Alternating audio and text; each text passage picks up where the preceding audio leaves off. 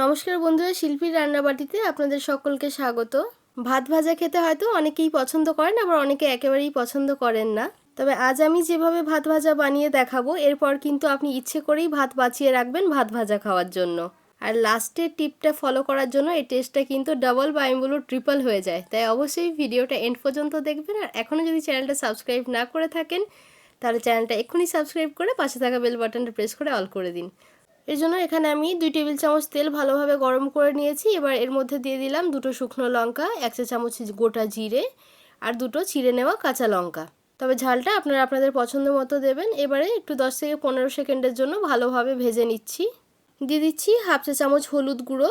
আর এই সময় ফ্লেমটা অবশ্যই লোতে রাখবেন, না হলে কিন্তু হলুদ গুঁড়োটা কালো হয়ে যাবে আর দেখতে কিন্তু ভালো লাগবে না।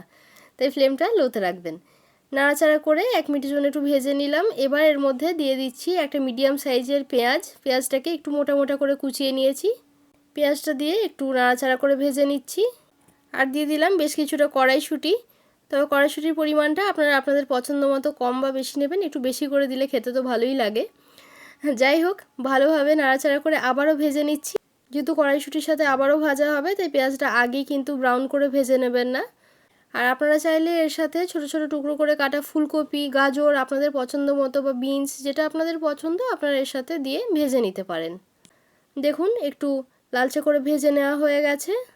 দিয়ে দিলাম 1/2 চা চামচের চেয়েও কম লবণ।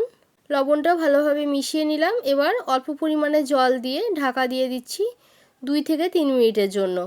তো যতক্ষণ এটা আমাদের রান্না হচ্ছে, চলুন এখানে আমরা ভাতটা দেখে নিই। আপনারা যে কোনো চালের ভাত দিয়েই এটা বানাতে পারেন, তবে আমার যেহেতু ব্রাউন রাইস 2 কাপ মতো বেঁচে গেছিলো, তাই আমি ব্রাউন রাইসটা দিয়েই বানিয়ে দেখাচ্ছি। তাই আপনাদের হয়তো একটু মোটা মোটা বা লালচে মতো লাগছে। দেখুন কড়াইশুঁটিটাও প্রায় সেদ্ধ হয়ে গেছে, সফট হয়ে গেছে। এবার ভাতটা এর ওপর দিয়ে দিচ্ছি। আর যেহেতু ভাতটা আমার লবণ দিয়ে বানানো ছিল, তাই আমি আর লবণ দিচ্ছি না। তবে আপনারা যদি এমনি নর্মালি ভাত নিয়ে থাকেন, সেক্ষেত্রে পরিমাণ মতো এখানে লবণটা দিয়ে দেবেন। এবার মিডিয়াম ফ্লেমে ভালো করে নাড়াচাড়া করে আমরা ভেজে নেব। আর লক্ষ্য রাখবেন যাতে ভাতটা খুব বেশি সফট না হয়, একটু শক্ত শক্ত হলে ভালো হয়। আর খুব বেশি শক্ত থাকলে হালকা 2 চা চামচ জল দিয়ে একটু ঢাকা দিয়ে দিতে পারেন 2 মিনিটের জন্য। আমি আর ঢাকা দিচ্ছি না, এইভাবে নাড়াচাড়া করে ভাতটাকে 1-2 মিনিটের জন্য ভেজে নিলাম। ফ্লেমটা অবশ্যই মিডিয়ামে রাখবেন। আর এই ধরনের টেস্টি সয়াবিন রাইসের রেসিপিও কিন্তু চ্যানেলে রয়েছে, সেটাও গিয়ে আপনারা দেখতে পারেন। লিঙ্ক আমি ডেসক্রিপশন বক্সে আর আই বাটনে দিয়ে দিলাম। আর পেঁয়াজ ভাজার সময় যে জলটা দিলাম, সেটা কিন্তু কখনোই খুব বেশি পরিমাণে দিয়ে দেবেন না। এতে কিন্তু ভাতটা একটু ভিজে ভিজে মতো হয়ে যায়, যেটা কিন্তু খেতে ভালো লাগবে না।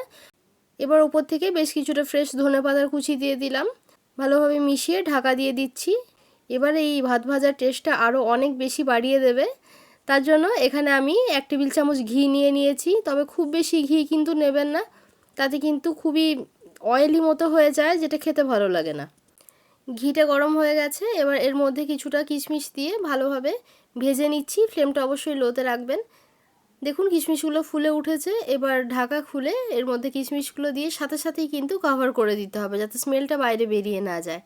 আবারও এই ঘিটার মধ্যে কিছুটা কাজু দিয়ে ভেজে নিচ্ছি। একটু লালচে হয়ে গেছে। এবার এই ঘি আর কাজু দুটোই কিন্তু ওই ঢাকা খুলে ওর মধ্যে দিয়ে সাথে সাথে কভার করে দেবো। ঢাকা দিয়ে রেখে দেবো 10 মিনিটের জন্য, যাতে ফ্লেভারটা খুব ভালোভাবে ভাত ভাজার মধ্যে চলে যায়। দেখতে খুব সিম্পল মনে হলেও এর জন্য কিন্তু টেস্টটা ভীষণ বেড়ে যায়। একবার ট্রাই করে দেখলেই আপনারা বুঝতে পারবেন। কমেন্ট করে অবশ্যই জানাবেন যে খেতে কেমন লাগলো।